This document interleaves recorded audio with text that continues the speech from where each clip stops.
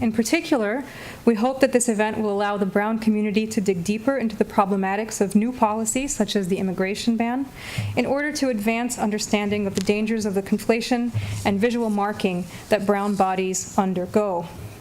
I've been asked to make just a couple of brief remarks to sort of maybe frame the conversation, which doing it before the event and not in consultation with the speakers is kind of a gamble, but I'm going to do it anyway. I think about this issue in relation to a course I'm teaching this semester on radical Islam, and more generally in relation to the courses I teach on contemporary Islam, one of which is a course on Islam in America.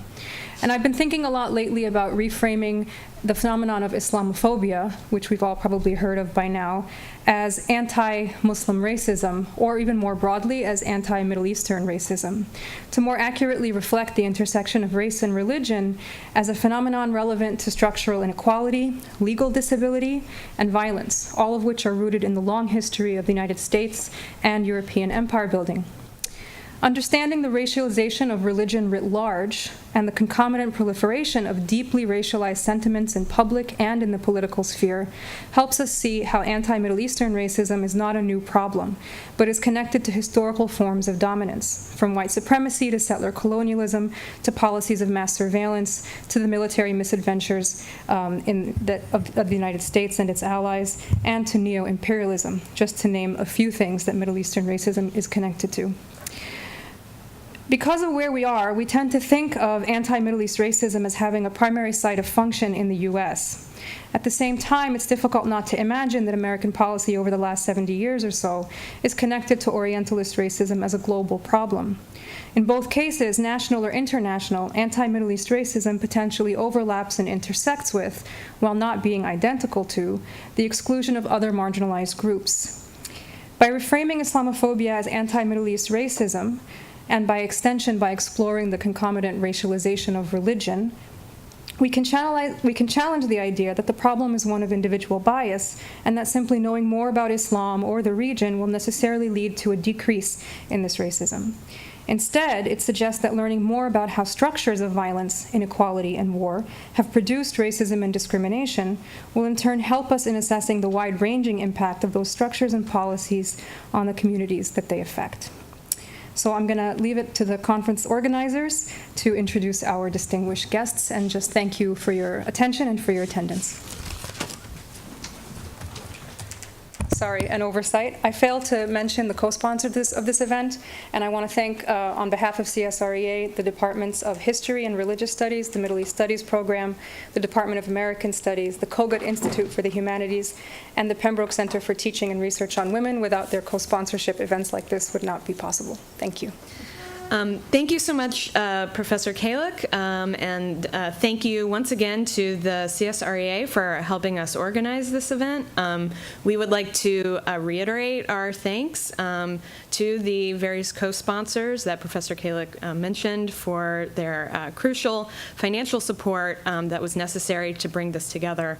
We are extremely excited to introduce the scholars that will be participating in this event.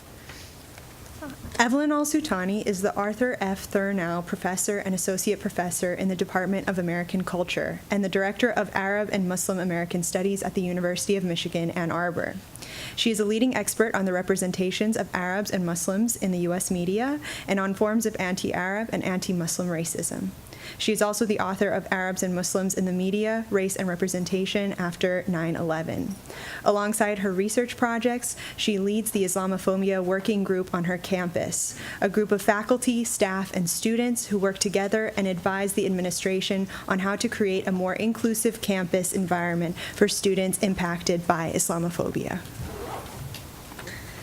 Melani McAlister is Associate Professor of American Studies and International Affairs at the George Washington University. She also received her PhD in American Civilization from Brown University, and we're excited to welcome her back.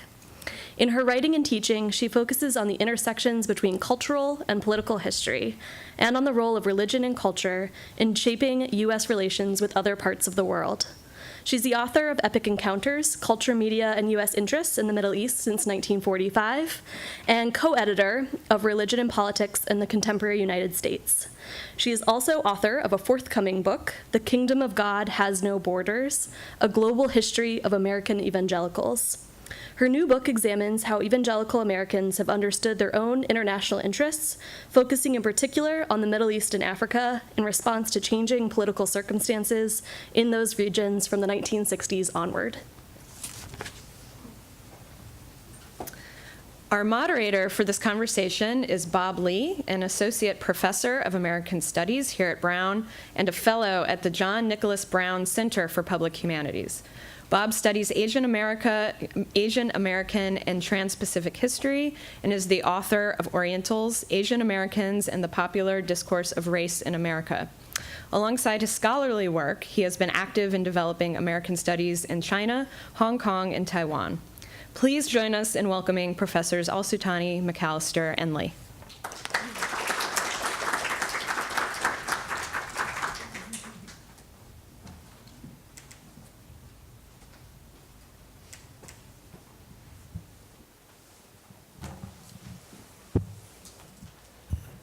So I have, thank you for that those very generous introductions. I'd like to start. I want to. We had hoped to have this be more of a conversation than kind of traditional presentation. So I want to start with a few questions, and then open, obviously to our panelists, but also hope that that you, as an audience, also participate with your own questions and insights. So I want to start with kind of how you came to write the books that you have. What inspired you, and what kind of how did these ideas come about? I think you should go first. Yes, thank you, and it's great to be here, really. And I'm so glad I get to go first, because the first thing I get to say is to Bob, actually, this is all your fault. So Bob was one of the directors of my dissertation, but even before that, when I first came to graduate school some time ago, it was a very postmodern moment, and I actually came to graduate school with the intent to write about postmodern performance art. And I had been a political organizer around the Middle East for 3 or 4 years before I started grad school, and I was done with that. And then we were going to a conference on the way in California. We had a long car ride, and Bob's kind of like, "What's your dissertation going to be?" And I'm like, "It's going to be about women who smear chocolate over their bodies naked in a performance." And he's like, "I think maybe you should write about the Middle East since you did that political work." I'm like, "No, I'm definitely not writing about the Middle East. That's the one thing I am not writing about." And so, 6 hours later, It was a ghost highway. It was a long highway. I had a different dissertation topic. So I was convinced by our conversation that there was something to be said about the relationship between culture and foreign policy that was not as common then as it is now to think about. And certainly as a political organizer, I had known that, and it was clear that when you're dealing with people, it actually comes to what you were saying, when you're dealing with people and you try to just present them with new information as if that will do it, more facts will help change people's minds, you begin to realize there's a lot more going on in terms of frameworks and effective investments than information can always challenge. And so I got interested in those questions, and that's really important to me. I'm very interested in U.S. foreign policy. I mean, my political work was around U.S. foreign policy, but I had this sense that we needed to be addressing things at a different level, to be thinking about affect and frameworks in some kind of the things that happen behind your back kind of way. And so that was what led me to write the book. I will say that, sometimes this stuff is just in the air, because while I was writing that dissertation at Yale, Tina Klein was writing her dissertation, which she finished the same year, about images of Asia and popular culture and U.S. foreign policy vis-a-vis Asia. So it was kind of a moment when I think people were ready to begin having a certain kind of conversation about culture and foreign policy that up to that point I really think had been much more common in thinking about European empire and almost very uncommon in thinking about U.S. empire. And I will say, just I'll come back to this later, I hope, but after writing Epic Encounters, I got interested in thinking about the role of religion, and I talk about religion in that book some. I try to look at how Americans imagined the Middle East from a range of different perspectives, including, both dominant and non-dominant discourses, and I was interested in Christian Zionism and in the Nation of Islam. But I wasn't as interested in what I think of in highly technical terms as the religioniness of religion, as I became interested in later. And so now, with the book I just finished, The Kingdom of God Has No Borders, it's really a history of how American evangelicals have engaged their ideas about the world, focusing mostly, but not entirely, on the Middle East and Africa, and trying to think about the ways in which their sense of religious practice, their sense of religious identity gets constructed through these global kind of frameworks. And so I look at, for example, in that book, a lot at the discourse about the persecution of Christians, the global persecution of Christians, and the ways in which that gets taken up in evangelical culture, not just as very much as a way or part of a kind of anti-Muslim discourse. Muslims are presented as the primary persecutors of Christians, and therefore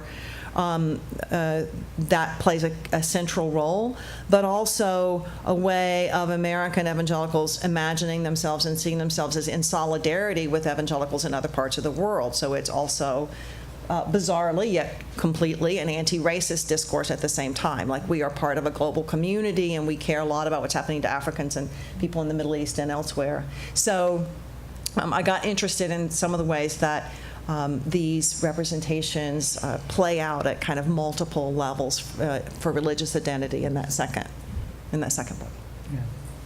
Yeah. And Evelyn, your work focuses more on an Arab and Muslim representations in the post 9/11 moment, and particularly around visuality and so forth. So perhaps you can comment on where you are working on. So before I start, I just want to thank Nancy and Bob for participating in our visit, and Ida, Maggie, and Elizabeth for inviting us, and Caitlin, Stephanie, and Christina for organizing everything for us.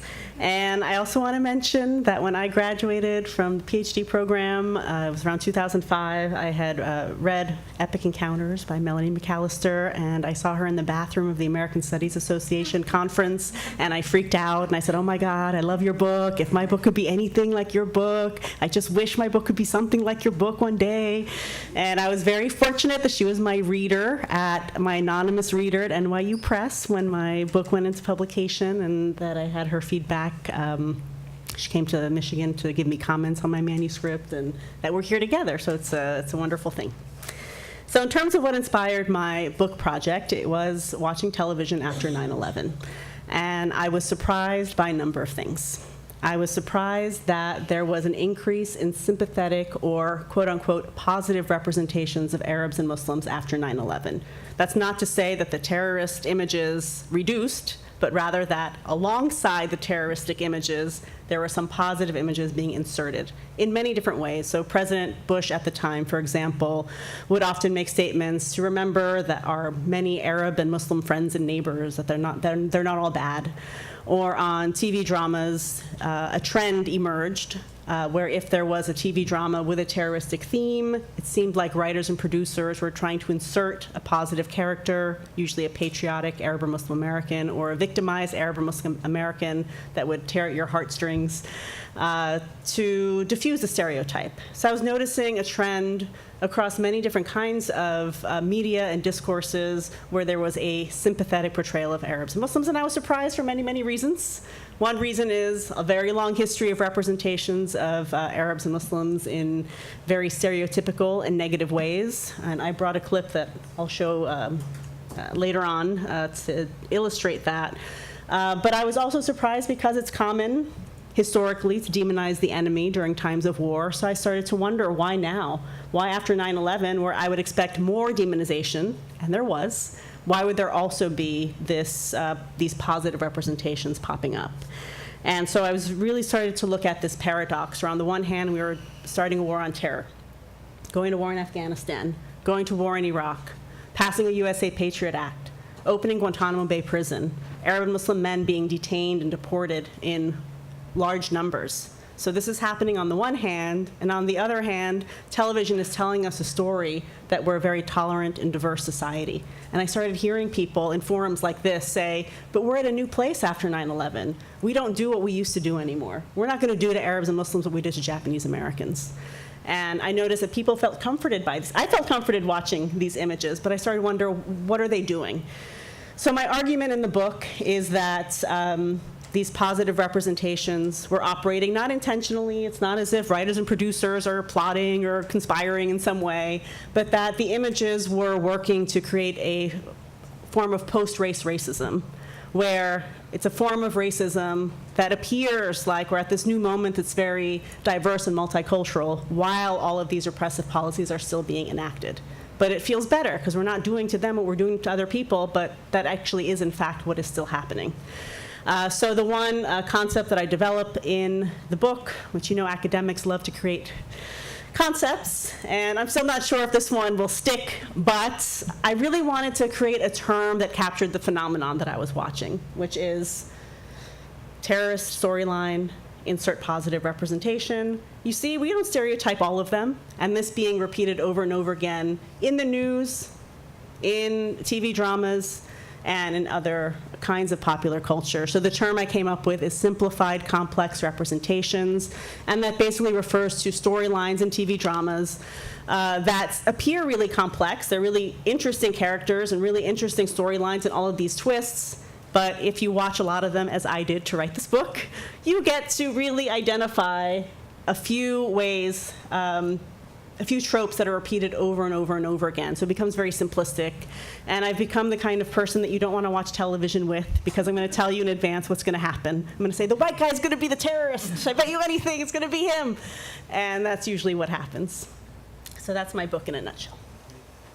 I think it's worthwhile to go back to a distinction that Nancy made, and why we might want to use Islamophobia instead of anti-Muslim racism, the distinction between those two categories, and how we ought to be thinking about those categories of analysis. You didn't show your clip. No. Would you like to show that clip? I would. Okay. Let her show her clip, and Good. then I have a clip, so that's why I want her to. Okay. Okay. Okay. So I brought, let's see what it is. I'm going to play 2.5 minutes of a video made by Jackie Saloom, who's a Palestinian-American filmmaker. It's actually a 9-minute video, but we'll watch just the very beginning. And she actually did it when she was in graduate school, and since then she's produced other movies. But she read a book written by Jack Shaheen, who passed away over the summer. She was inspired by his work, and so she created basically a montage of clips from Hollywood movies and television to show us, hold up a mirror. These are the kinds of images that we've been consuming of Arabs and Muslims in the media. So I'm going to show 2.5 minutes just to give us a sense, and then I'm going to ask all of you, according to this film, how have Arabs and Muslims been portrayed? What are they like? Okay.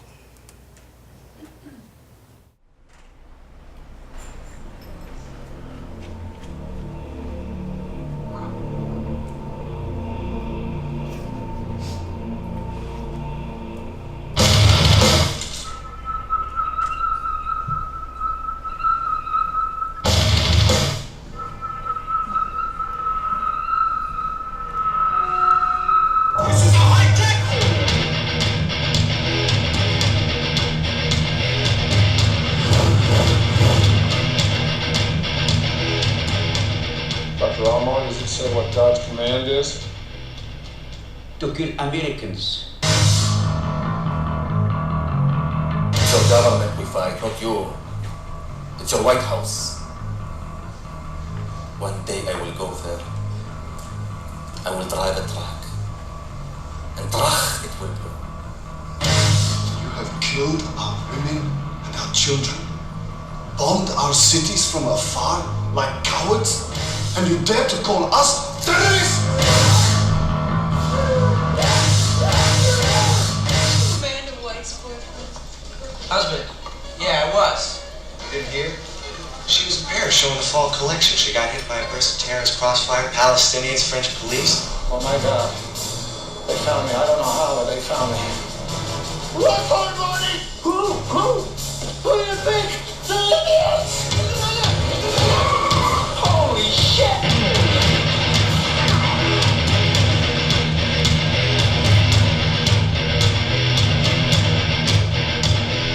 Exactly know what it was. Exactly know what it was.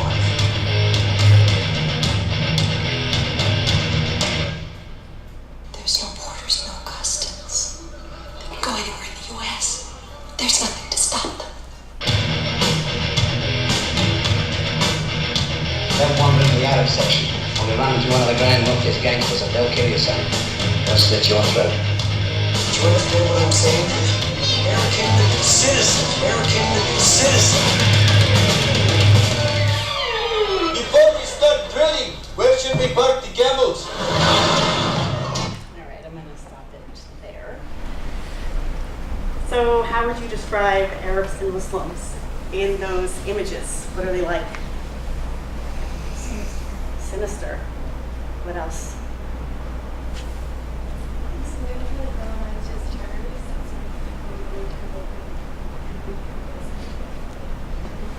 So they're terrorists and they're threatening.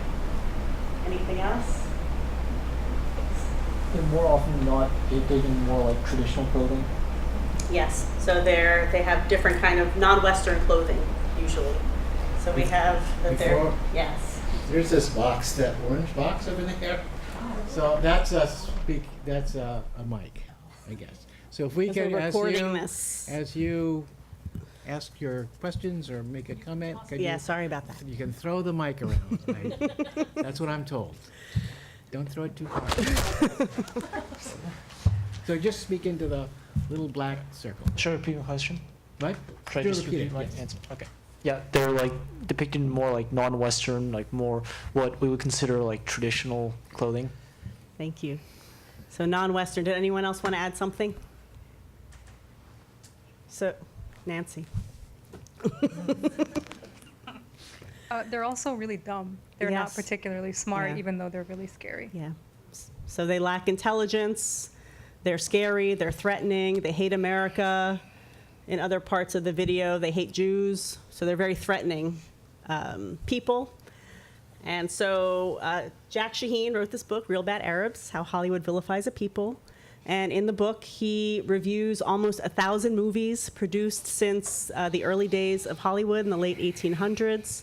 And he shows that Arabs and Muslims historically have been portrayed as harem girls, belly dancers in the early days, and then increasingly as terrorists and threats to the United States, which actually Melani's book outlines as well. And in Jack Shaheen's book, he says that out of the over 900 movies that he watched, and he did watch all of them, I asked him, that he classifies 12 as positive. And he said 50 are even-handed, but that 900 he would characterize as negative. So one of the questions that I know the grad students who invited us wanted to think through is why the visual? Why are we talking about visual images? And part of that reason is that if we're thinking about something like the recent quote-unquote Muslim ban, it's not just because President Trump believes that it will make the nation safer, but it's influenced by so many other factors, one of which is a history of meaning-making about Arabs and Muslims, which I think this clip really portrays. So it's not as if this is 9/11 happened and then all of a sudden people developed an opinion, but rather that there is a very long history that has led to what people assume and believe Arabs and Muslims are. And along those lines, I should say that since I am very much influenced by Melani's work, that one of the things that I teach her book in one of my classes, and I try to explain to students when we're looking at movies and criticizing them, that it's not about one movie, it's not about one policy, it's not about one TV show, but rather, as her book shows, it's about how all of these various cultural products come together and produce meaning. So it's not about that one movie or that one TV show that was stereotypical, but rather how it's producing meaning alongside all these other sites that are producing meaning. And so that's one of the reasons that I think visual culture is particularly important. Can I just say something about that? I agree with that, and I also think that one of the reasons that I find thinking about visual culture, but really not just visual culture, I'm particularly interested in things that are visual, narrative, and have music, often like TV shows and films and even TV news, that those kinds of things operate on us at very many different levels. And I think thinking through media in that way helps us get rid of what I think of, what I, in the quiet corners of my life, I think of as the historian problem, which is, now some of my best friends are historians and all, but historians often look for the declamatory moment in a movie or a TV show. Like, when does somebody stand up and say, I hate Muslims because in my childhood something bad happened, or, I hate Muslims because, or, some moment to sort of read for the truth of what the show is really saying. But I think one of the things that Evelyn's work shows with this notion of simplified complex representations, and also just in terms of reading, that we have to read for how films give us an affect, how they give us, or television shows, how they give us a set of complex, intersecting meanings that cannot be read simply off characters' statements about their politics, because sometimes characters have statements that are not the politics of the film overall or itself, and also because sometimes what's going on or what we're invited to feel is not said so directly. So one of the things I think is important about the kind of media studies approach is that it forces us to look at things as having kind of multiple spheres of meaning and intersecting meaning. And so, one of the things in my book that where I think this is kind of clear and easy to explain is in the Epic Encounters, I talk about biblical epic movies as having a politics about post-colonial or anti-colonialism and post-colonialism. And one of the ways I think those films work is by the use of color, how they show what are the nationalist spaces that we're supposed to be allied with and what are the imperial spaces we're supposed to be opposed to. And those spaces it's shockingly, across a huge genre, a number of films are differentiated by lighting and color. And so, nobody ever says, you should like these people because they're shot in warm, sunny colors and browns and reds, and you should not like these people because they're shot in harsh light and white and stark blues. But it's clear from the movie how the movie works, so how all of these movies work. So that's one of the reasons I think it's that media studies has something specific to offer about thinking about representation that you don't just get from the news or. But we didn't get to the Islamophobia one, so Yeah. do you want to, can we? Yeah, let's go back to that. Okay. Okay. You want to do that? Sure. Okay. So I teach a course on Islamophobia, and in the course we read this report that was written in 1997 by the Runnymede Trust, which is an organization in England that wrote a report about Islamophobia and basically coined the term in a way that it's being used today. And their report has been heavily criticized. They meant very well, but it's been criticized because they create a model where you are not Islamophobic if you have open views, and you are Islamophobic if you have closed views. So it's very much focused on the individual and whether the individual is open to Muslims or closed to Muslims. So a lot of people have responded and said it's not just about the individual. This phenomenon is much more complicated, and we have to look at systems and institutions and policies and so on. So there is a debate within the larger field around which term to use. Melanie and I were chatting about it earlier, and we both are coming at it differently, so I think it'll be interesting to think about these multiple dimensions. But when I think about Islamophobia as the term that we're using, I think about the history of representations and how that's influencing, for example, the Muslim ban. I think about ongoing nativist movements that we see today with this increase in explicit white supremacy.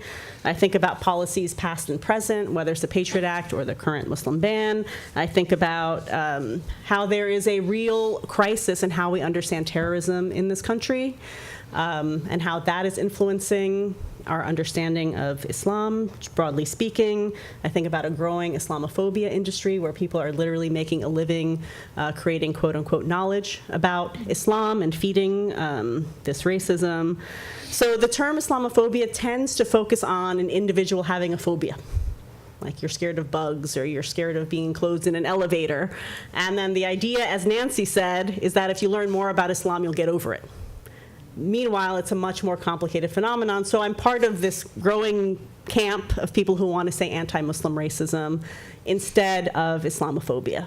And many say, why are you using racism? We're talking about religion. We're not talking about race. This is a different kind of phenomenon. So there's a lot of factors to parse through in trying to make that kind of argument. Most people do think about racism as related to one's physical appearance. And I would say that in movies, a look has been created.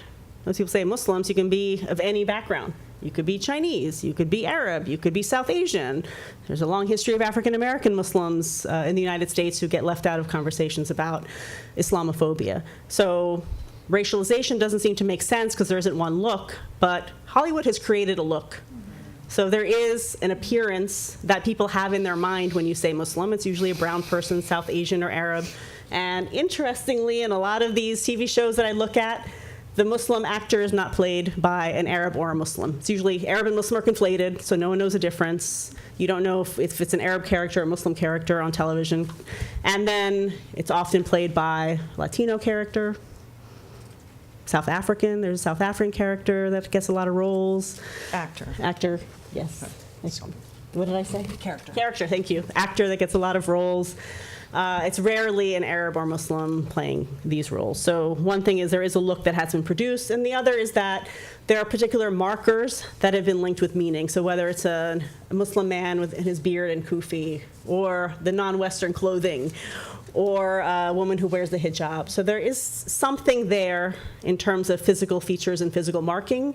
But I would say that racialization across the board isn't only physical, that it starts with physical, and then it goes in different directions. So if we're thinking about racialization of African Americans or Latinos as lazy or as any kind of derogatory term, an ideology is created that starts with the physical, but that then it gets complicated and is not always only about that. So I think the challenge in using anti-Muslim racism is that, like with other forms, that intersectionality matters. It's not the same for everybody. I was telling Melani earlier that Michael Muhammad Knight recently came to the University of Michigan to give a talk. He's a white convert to Islam who's written a dozen books, and he was challenging this idea of anti-Muslim racism. He said, I don't agree with it because I'm a white Muslim convert and I don't experience racism. Yes, I get profiled at airports, but I have white privilege. So he was saying that as a white male aware of his privilege, he doesn't associate with the term anti-Muslim racism. And so I thought that was an interesting point. And so I was trying to think about it further, and I think the larger point is that intersectionality matters. So if you are a woman wearing a hijab, it's very different than me as a Muslim woman who's not recognizable as a Muslim. Or if you're a recent immigrant and you don't speak the English language, you don't have access to lawyers, it's a different experience. It really depends on your social location in terms of how you experience it. But I did bring one slide that I wanted to show.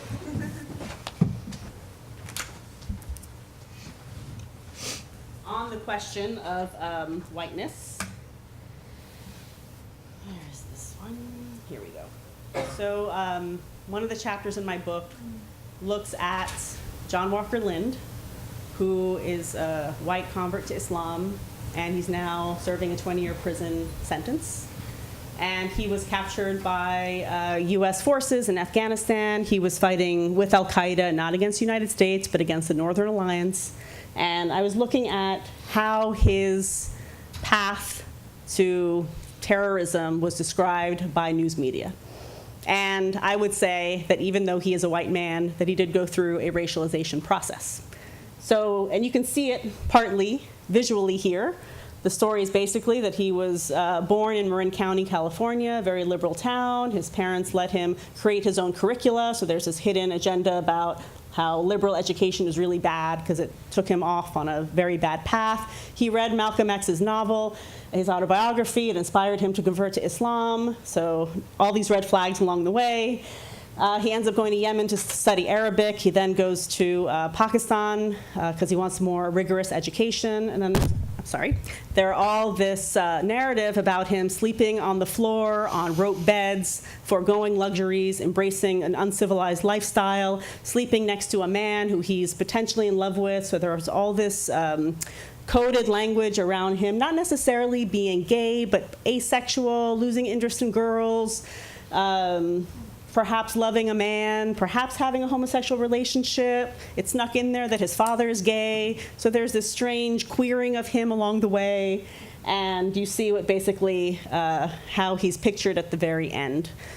His story is very different from other stories that I also look at. Jose Padilla is a Latino man who converted to Islam, who had a very similar outcome. And in his case, the story is very different. He didn't start off with a bright future that was ruined horribly through his conversion to Islam, but rather Jose Padilla is described as a Latino man who had no future to begin with. And so obviously he'd be attracted to a negative path. But this is what I started thinking about when Michael Muhammad Knight raised the question of whiteness and how to think about it. And I'd say, yes, it's different. We have to think about intersectionality, but it's not as if it's not as if this is a neutral narrative. So Evelyn and I have decided we wanted to talk about this differently, to have us each talk about the question of thinking about Islamophobia or anti-Muslim racism or what a little bit differently. And that, for me, comes from my own discomfort with the question of what, when we talk about anti-Muslim racism, what does that not include? And by that, I don't mean so much the question of that there is a racial diversity among Muslims in the U.S. and, of course, globally, although that's definitely true, but about an experience I have, which is another part of my life. I go to a whole bunch of workshops where people talk about secularism. And religious studies scholars, this is a big thing in religious studies these days, and I go to a number of different contexts in which people talk in quite detailed ways about the politics of secularism in the United States and Europe and ultimately in other parts of the world as well. And that talks a lot about the marginalization of Islam in very different terms than we usually talk about it when we talk about anti-Muslim racism. So I just wanted to lay out what that conversation looks like and see if there's ways for us to think about how we might have these things together. Now, first I'll just mention, in case you didn't know, that the Pew Center for the Study of Religion does research, polling quite frequently about how people view Muslims versus other religious groups. So again, that question of who they don't do polls, as far as I know, about how people view the Arabs versus other racial groups, but the Center for the Study of Religion does Muslims versus other religious groups. And for a long time, Muslims were barely coming in as they were second to bottom in terms of how people viewed religious groups, with atheists as a group viewed most hostilely. But in the last 5 years, it's reversed, and so now people view Muslims more coolly than they do atheists, although both are viewed better than they were 5 years ago or 10 years ago. So everybody has warmer feelings towards both atheists and Muslims. Both of those are the two bottom groups, nonetheless, compared to how the population overall views evangelicals or Catholics or Jews or anybody else. So there's a clear meter that talks about the warming sentiment in certain ways towards Muslims, which is very counterintuitive, right? I think that's something that is both true and not true. Probably says as much about polling as anything else.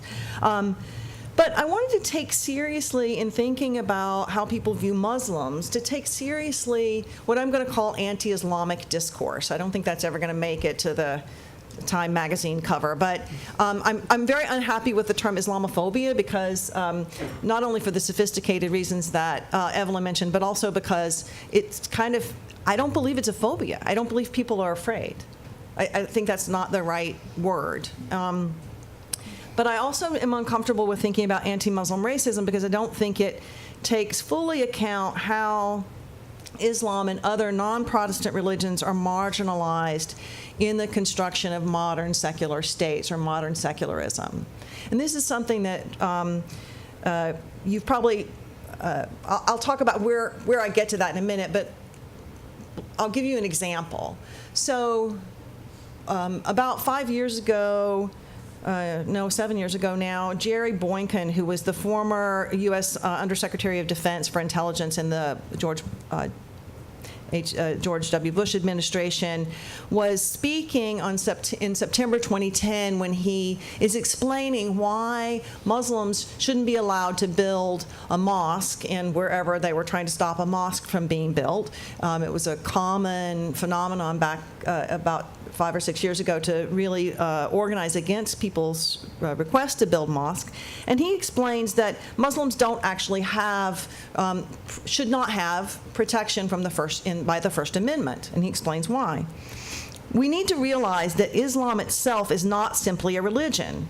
It's a totalitarian way of life. It's a legal system, the law of Sharia.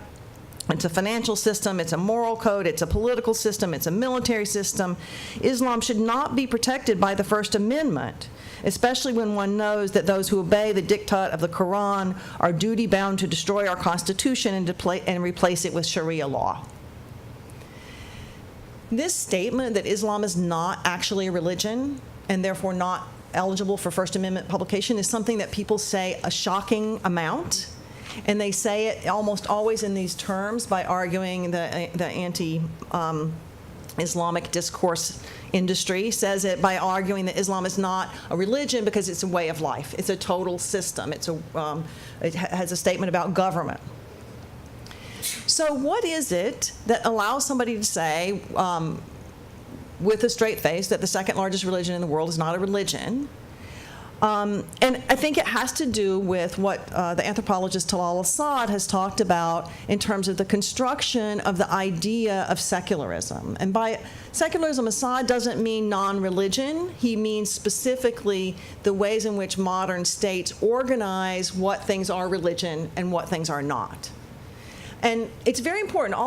The U.S. government, in its secular stateness, always has to make all sorts of decisions about what is a religion in order to decide what it's not going to interfere with.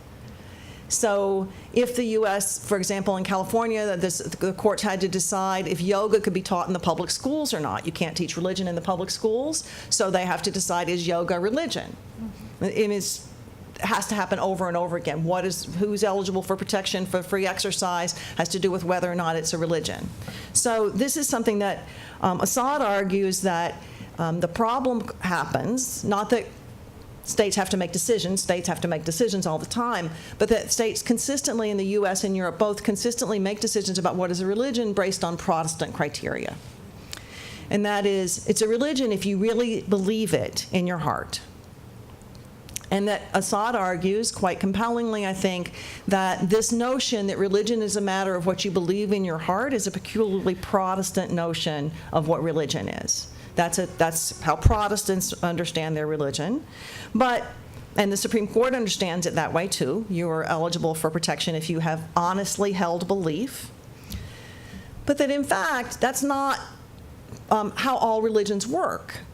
So while most religions are matters of, almost every religion has some matters that are more than just individual conscience, some practices that are communal and public that you need to participate in order to be in good standing in the religion, to go to church on Sunday or to pray at night in bed. I guess that's more private, but to go to church on Sunday or to do certain kinds of public activities. There are a number of religions for whom public activities, the process of creating a community, of being in public together, is central to how people understand their participation in that religion or that community. So a group might occupy spaces that they see as sacred. So for some Native American traditions would do that.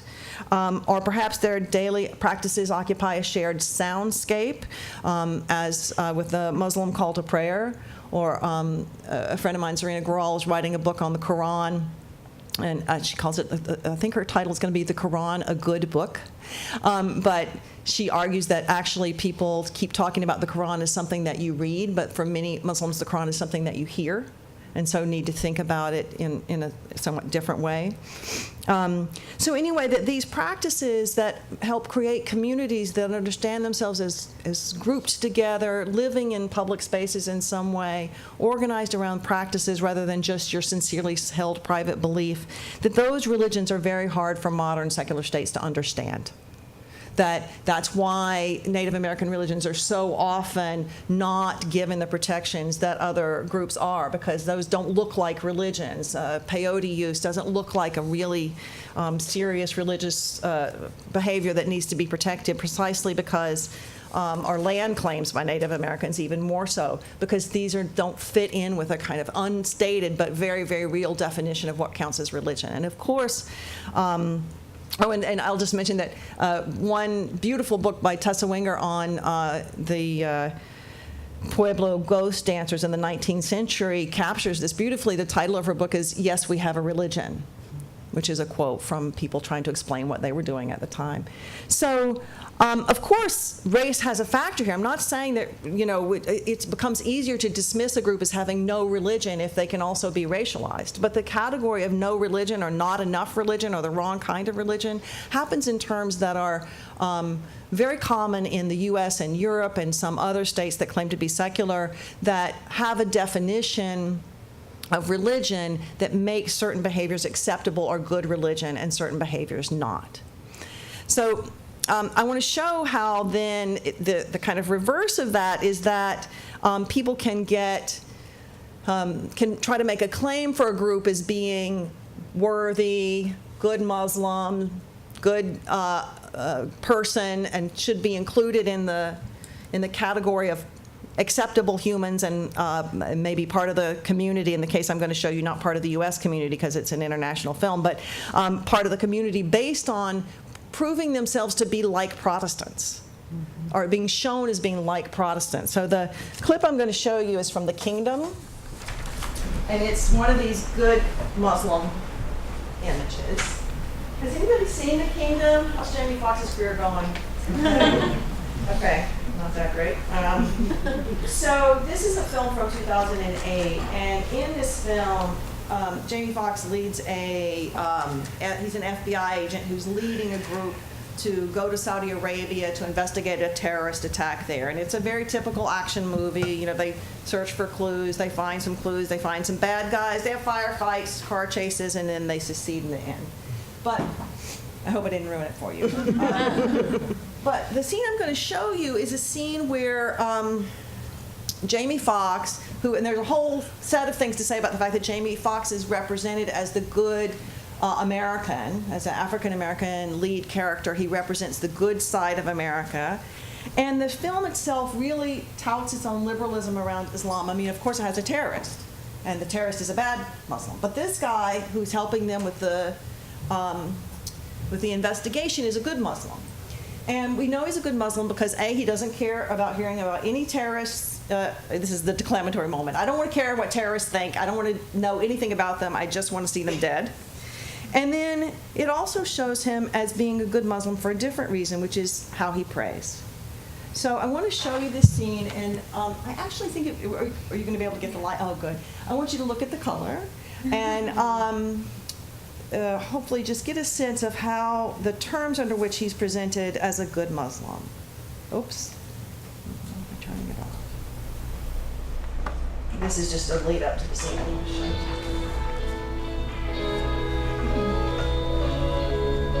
So this is him, our guy. This is his kids.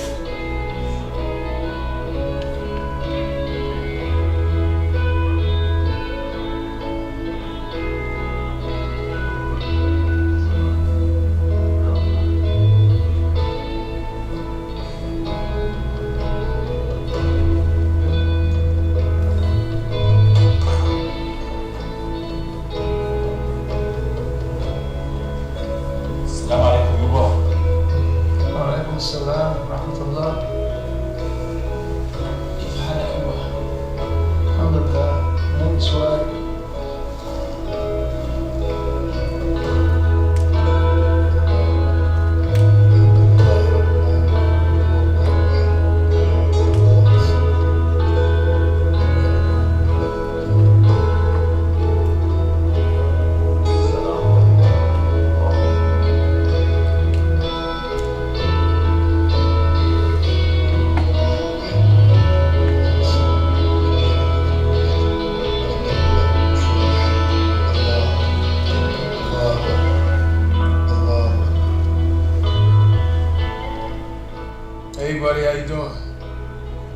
with Saudi Arabia. You remember what I showed you on the map?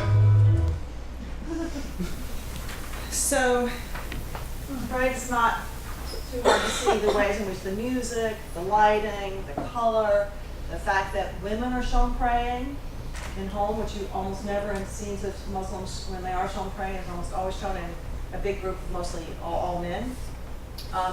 And the fact that they show him as, you know, good to his father, good to his kids, like, you just love this guy. And I'm so mad that I feel grateful every time I see that damn thing. You know, that we get so little good images of Muslims that we're sort of inclined to feel, I'm inclined to feel happy that there's something decent, and at the same time, I'm arguing that the only way that he's acceptable as a Muslim is to be praying at home, To be a person who makes no claims about what religion should mean politically. It's just about loving your family. It's just about what you believe. It's just about the privacy of your home. And he's a person who over and over again makes clear that he has no time for any kind of political claims that terrorists or anybody else wants to make. He's known through privacy. So anyway, I just wanted to show this to have a way of saying that I feel like this secularist logic about religion is really important, and that it needs to be brought together with thinking about the racism, the racialization of Muslims, but I don't think it works on exactly the same terms that we think of racialization working. So how can we bring these conversations together? The one book that is out there on race and secularism describes the secularist racializing knot. And so I think maybe trying to think through that knot is something would be useful. And I don't have any big answers for it, but I think that there's a conversation among two groups of scholars that haven't come together very much. I agree. Well, that gets us, to this broader question about kind of where the current research flows are, and what the kind of debates that are going on about Islam, about religion more generally, perhaps, and what conversations are being productive and what are perhaps limiting. So this question gives me the opportunity to talk about some new research I'm doing about real time with Bill Maher. Does anyone watch this show? Which is one of the places where Bill Maher, who is a self-professed liberal, tends to promote anti-Muslim views on his show. And I actually brought a clip to give a bit of context to it. And I think that one of the larger points I would want to make here is that we tend to assume that the right is responsible for spreading ideas that are against Islam and anti-Muslim, but it's not a phenomenon that is unique to the right. And I think Bill Maher is a very good example of how the left can also propagate it. And the argument that you were just talking about, I was actually getting my hair cut the other day, and the hair salon's, her husband was there, and he's this liberal guy who was defending Colin Kaepernick while we were talking. And then at the next moment, he said, I'm all for freedom of religion, except when it comes to Muslims. So I think it's a more common point of view than we think, including among people who would identify as lefty, liberal, and even radical. So I want to show this clip.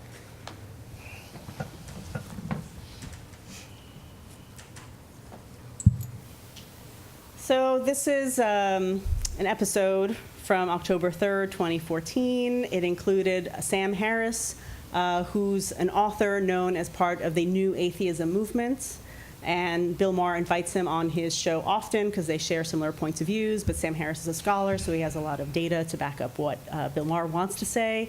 It also included Michael Steele, who used to be the head of the Republican National Convention, Ben Affleck, and Pulitzer Prize journalist Christoph. Okay, so I'm just going to play 3 minutes of it and then make a few comments. So the other thing we want to talk about, of course, is that you and I have been trying to make the case, I have anyway, that liberals need to stand up for liberal principles. This is what I said on last week's show. Obviously, I got a lot of hate for it, but all I'm saying is that liberal principles like freedom of speech, freedom to practice any religion you want without fear of violence, freedom to leave a religion, equality for women, equality for minorities, including homosexuals. These are liberal principles that liberals applaud for, but then when you say in the Muslim world this is what's lacking, then they get upset. Yeah. Well, liberals have really failed on the topic of theocracy. They'll criticize white theocracy. They'll criticize Christians. They'll still get agitated over the abortion clinic bombing that happened in 1984. But when you want to talk about the treatment of women and homosexuals and free thinkers and public intellectuals in the Muslim world, I would argue that liberals have failed us. And the crucial point of confusion, thank you. Thank God you're here. Yeah. Well, I mean, the crucial point of confusion is that we have been sold this meme of Islamophobia, where every criticism of the doctrine of Islam gets conflated with bigotry toward Muslims as people. Right. And that is it's intellectually ridiculous. Even it gets. So hold on, are you the person who understands the officially codified doctrine of Islam? You're the interpreter of that, so you can say, well, this is. I'm actually well educated on this topic. I'm asking you. So you're saying if I criticize you're saying that Islamophobia is not a real thing. That if you're critical of something, Well, it's not a real thing when we do it. Right. Well, no, it really is. I'm not denying that certain people are bigoted against Muslims as people, and that's a problem. Bigoted. But why are you so hostile about this? It's gross. It's racist. It's not. But it's so not. It's like saying the state is shifty Jew. You're not listening Absolutely to not. what we are saying. You guys are saying if you want to be liberals, believe in liberal principles, Right. like freedom of speech, like we are endowed by our forefathers with inalienable rights, like all men are created. No, Ben, we have to be able to criticize bad ideas. And of course we do. No liberal doesn't want to criticize bad ideas. ideas. But Islam is the mother lode of bad ideas. Jesus. So we have That's just a fact. Like blasphemy. It is an ugly apostasy. It is one basic liberal let me unpack it. Tolerance. Let me unpack But it. not for intolerance. No, of course not. But the picture you're painting is to some extent true, but is hugely incomplete. It is certainly true that plenty of fanatics and jihadis are Muslim, but the people who are standing up to them, Malala, incredible Muhammad Ali Dadak in Iran, in prison for 9 years speaking up for Christians. A friend that I had in Pakistan who was shot this year, Rashid Rahman, for defending people accused of apostasy. Or how about the more than a billion people who aren't fanatical, who don't punch women, who just want to go to school, Wait a second. Wait a second. don't do any of the things we're saying all Muslims. Wait. Okay. You get the idea.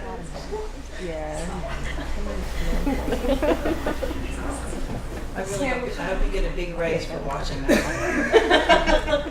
What's particularly interesting is that Ben Affleck is the hero in this, and he produced Argo, which promotes, anti-Muslim and anti-Iranian sentiment, but that's for a different paper.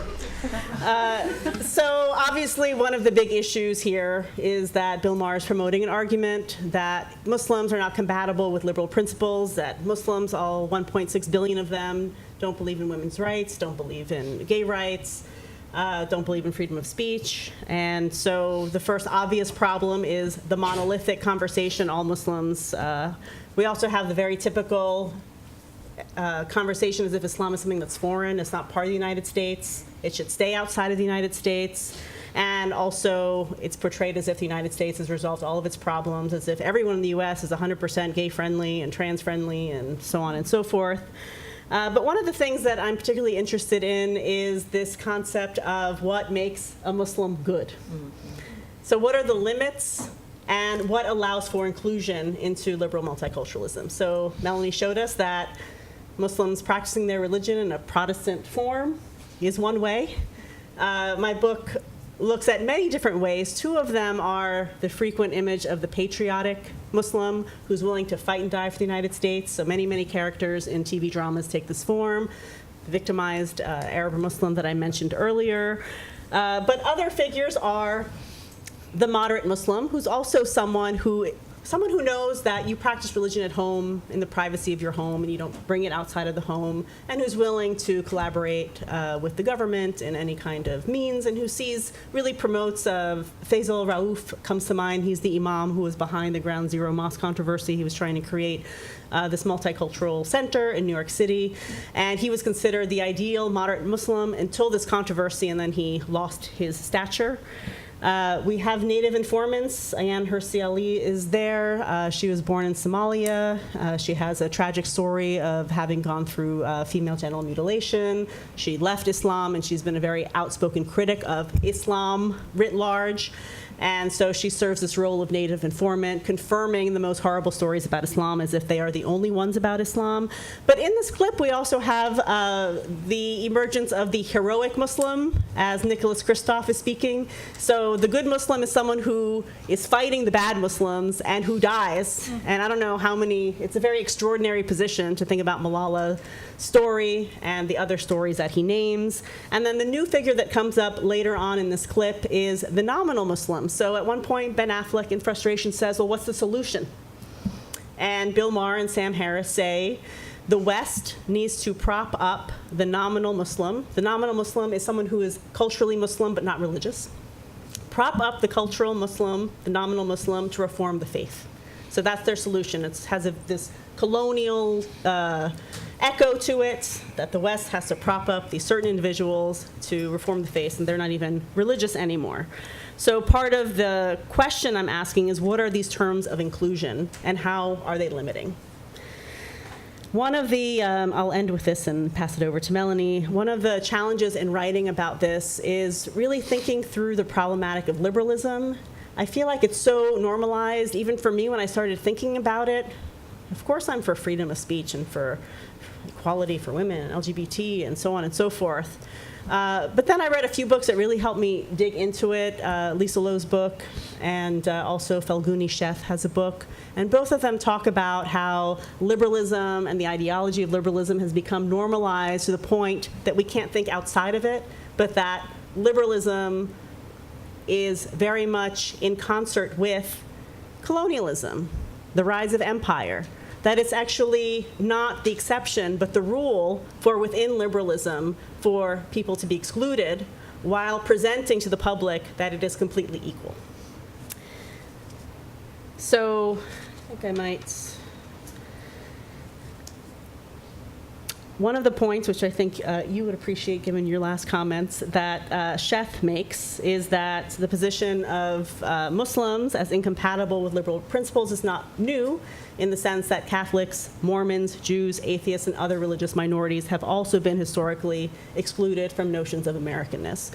So I think the larger thing that I'm trying to grapple with is this notion of liberalism and how taken for granted it is. That even when I started this research, it was hard for me to think through it and think around it, but it actually is an ideology that has been created alongside all sorts of forms of inequality.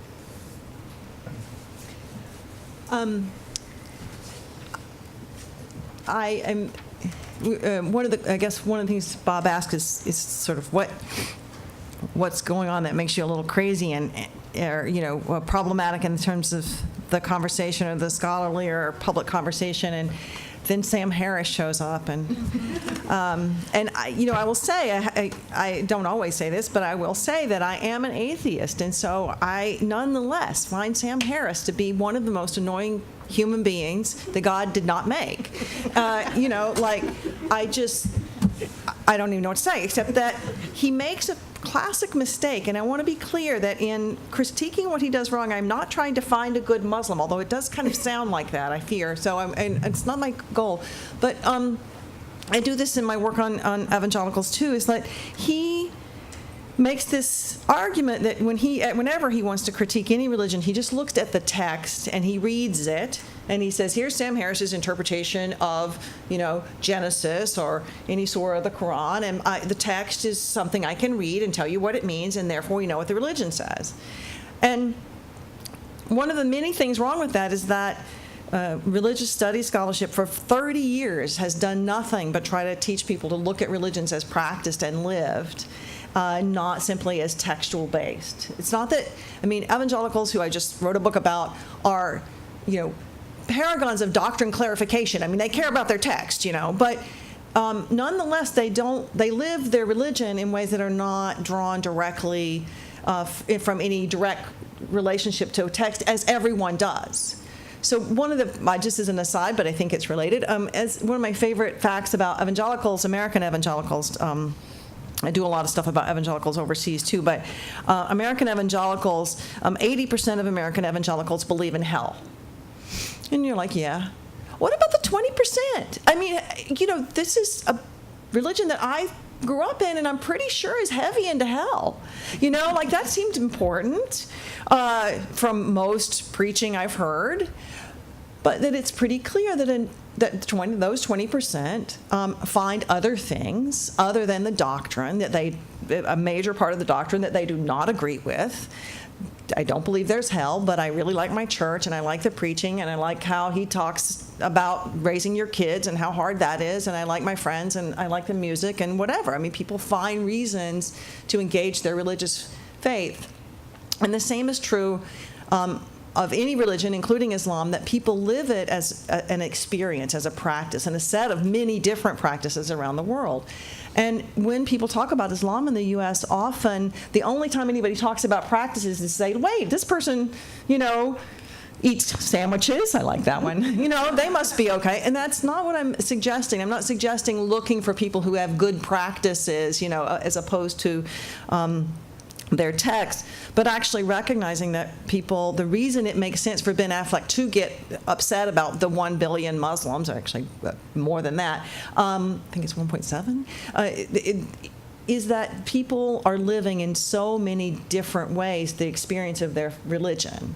And those experiences are all the religion. They all count. And so if you had to say, explain to us what Islam is, then people have to have some awareness that it's not based in any religion based on just interpreting somebody's reading of a set of given texts. I'll say that when I was in Egypt one time talking about evangelicals, a group of Coptic scholars were there. And they just looked at me and they were like, oh, you don't understand. Those are not Christians. Mm-hmm. And I was like, I'm pretty sure they are. And they're like, no. See, we can point to you the Bible verses that they get wrong, right? And so they're not Christians at all. But the reality is that they are. And a lot of different Muslims are Muslims in different ways, some of which suit liberals and some of which don't. But thinking about practice and thinking seriously about practice seems to me to be something that's missing a lot in the U.S. discourse about Islam. So.